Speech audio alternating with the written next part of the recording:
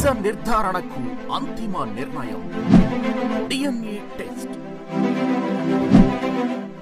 ఉన్నది ఉన్నట్లుగా వాస్తవాలను శోధించి వివరించే మన DNA టీవీ, మన రాష్ట్రం, మన ఛానల్.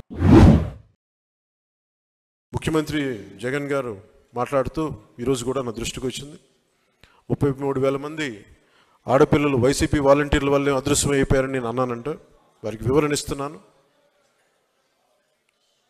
నేను చెప్పింది మీరు డేటాబేస్ కలెక్ట్ మీ వాలంటీర్లు డేటాబేస్ కలెక్ట్ చేయటం వల్ల ఆ డేటా ఎక్కడో హైదరాబాద్లో ఉన్న ఒక కంపెనీకి వెళ్ళిపోయి ఆ కంపెనీ నుంచి లీక్ అది ఎటు వెళ్ళిపోయింది. అదే చెప్పాను తప్ప ఏ రోజు కూడా వాలంటీర్ వ్యవస్థ సంపూర్ణంగా వాళ్ళు చేశారని నేను ఇప్పుడు అనలేదు. వాలంటీర్ల మీద నాకు గౌరవం ఉంది, కానీ కొద్దిమంది వాలంటీర్లు చేసిన తప్పులకి వాలంటీర్ వ్యవస్థ మొత్తం చెడ్డ పేరు తీసుకొచ్చిందని చెప్పాను తప్ప వాలంటీర్ వ్యవస్థ ఏ రోజు కూడా మొత్తానికి చేసిన నేను ఏ రోజు చెప్పలేదు. అది ముఖ్యంగా వాలంటీర్స్గా పనిచేస్తున్న యువతకు ప్రత్యేకించి తెలియజేస్తాం. మీ భవిష్యత్తుకు కూడా మేమందరం అండగా నిలబడి ఉంటామని తెలియజేసుకుంటున్నాం. ఈ ఉద్దేశంలో ఈ క్రమంలో జగన్ గారు ఒక నిజమైతే చెప్పారు. 33,000 మంది ఆడపిల్లలు ఆంధ్రప్రదేశ్ నుంచి అదృశ్యమైతే ఆయన అయితే చెప్పారు. ముందు నేను చెప్పినప్పుడు ఎవరు నమ్మలేదు. కేంద్ర హోంశాఖ సహాయ మంత్రి చెప్పిన తర్వాత ఇది బయటకు వచ్చింది, అప్పుడు అందరూ నమ్మారు.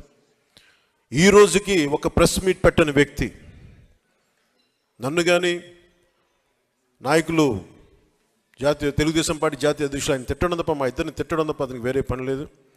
అలాగే ఆర్వి రామారావు గారు కూడా మీరు ఒకసారి జగన్కి మీరు క్లాస్ వారి గురించి ఒక చిన్న పాఠం తీసుకోవాలి. ఆయనకి ఇన్ని ఇసుక రీచ్లు ఉంటే అనేక సర్పంచ్లు కానీ ఎంపీటీసీలు కానీ ప్రతి మండల స్థాయి వ్యక్తులు చాలామందికి ఉపయోగపడే ఒక ఇసుక రీచ్లని ఆయన ఒక కంపెనీకి దారాదత్తం చేసిన వ్యక్తి. ఒక కంపెనీకి దారాదత్తం చేసిన వ్యక్తి ఈ రోజున క్లాస్ వార్ గురించి మాట్లాడతాడు.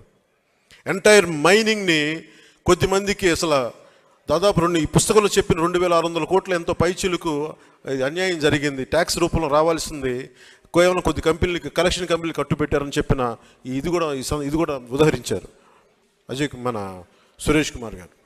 ఇలాంటి కోకలలు.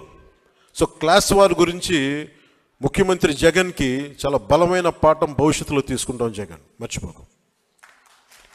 ఏ అమరావతినైతే, ఏ ప్రజలనైతే, ఏ ఆంధ్రప్రదేశ్ ప్రజలనైతే మీరు హింసించారో, ఏ ప్రజలనైతే మీరు విధ్వంసానికి గురి చేశారో, జీవితాలని చిన్న భిన్నం చేశారో గుర్తుపెట్టుకోండి జగన్.